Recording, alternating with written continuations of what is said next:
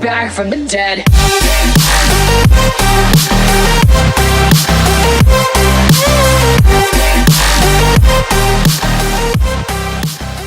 What's up everyone, it's Im Mo back at it again today with another video for you fine folks. And today guys, I'm going to talk about why I think console players should learn how to play claw.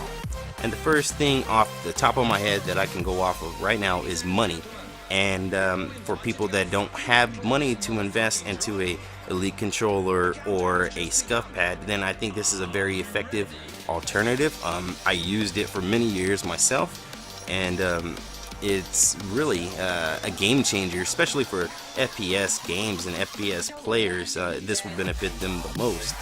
Being able to aim while shooting is a big advantage when playing against someone who uses the traditional method. It should be noted though, I'm speaking of people of equal skill levels. It has potential to help a player contend against a higher skilled player, but really only if they're within reach of your own skill. You won't become MLG overnight, destroying any and all opposition. That's just not going to happen. I've been playing the claw since Halo 2, so for a very, very long time. It's been a while, so I'm really comfortable with it. But at first, I couldn't stand it. I was getting destroyed left and right at the beginning. This, of course, is very frustrating, but with practice, I became better and got back to where my skill limit was. And then I noticed, slowly but surely, my skill increased. I was able to move up into a higher true skill levels legitimately at around 46 or 47 out of 50. I never made it to 50, and I don't know how many people will remember this, or maybe some people are so young that they don't even understand how this thing works, but there was modders left and right in Halo 2. So reaching level 50 was almost impossible to achieve unless you were like really cheating. Now there are some people that actually did make it to level 50 legit, but the majority of people that were level 50, they were not legit. I can tell you that right now. And I became very comfortable playing the claw, so I just, I used it in every game that I played, and I found through my playing of these games that everything I did was a little bit more precise, for a controller. This is definitely not a mouse or an alternative for a mouse or anything like that, you know what I mean? But for a controller, this is a very effective method to use, and I found it to be more precise, and my reaction times were quicker. I actually trolled some people online and some of my friends, and I go in there and be like, yeah, I'm not very good, and I start off playing real low level, and then I just go in there and play without mercy. Let's say I'd go in one round and just let them kill me, and then the next round I start off and go out with a bang, you know what I mean, just like slaughter everyone. And this was just for fun and just to be a troll, so it's kind of funny. Now I understand some people don't like it and they're like, oh, why do you do that? But it is what it is. I found it funny, my friends found it funny, so it is what it is.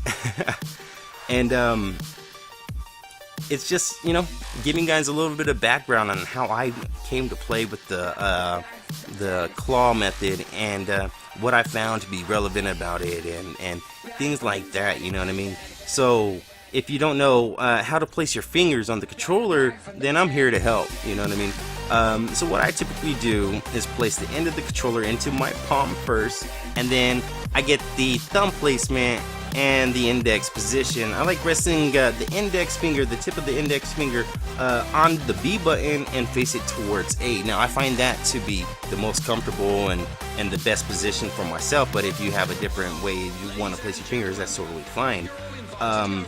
I like to rest them there because I play a lot of shooter games, and I find these buttons to be the most useful to me.